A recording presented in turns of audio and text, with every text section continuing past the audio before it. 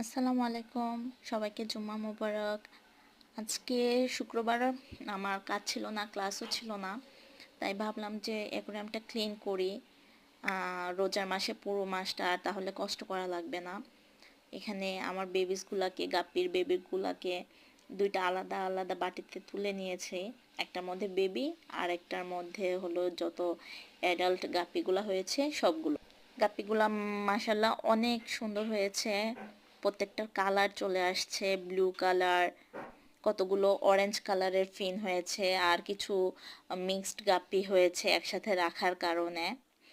তো এটা হলো আমার ঘরের কর্নারের এই সেলফটা। এটা অলরেডি অ্যাপার্টমেন্টে দেয়াই ছিল, তো একটু ক্লিন করে নিচ্ছি। ধুলোবালি পড়েছে পাশে জানালার কারণে। এখানে অ্যাকুয়ারিয়াম, ছোট ছোট অ্যাকুয়ারিয়াম দুইটা আমি রাখি, তো একটু ক্লিন করে নিলাম।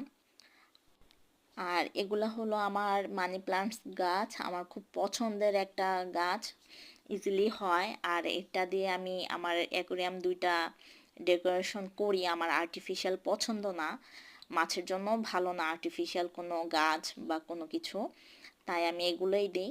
তো কিছু পুরানো শেকড়গুলো আমি কেটে একটু ক্লিন করে নিলাম, পাতাগুলো পরিষ্কার করে নিলাম পানিতে একটু ঘষে। নতুন নতুন এখান থেকে শিকড় বের হয়েছে।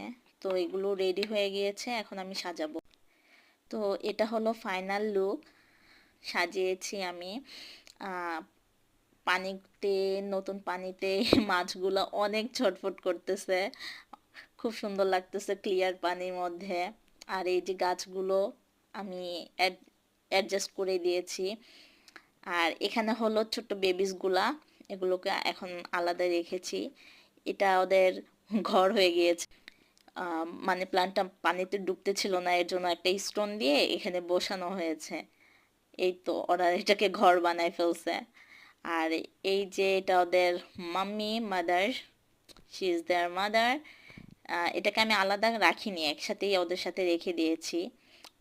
তো আজকের মতো এখানেই। ভালো থাকবেন সবাই।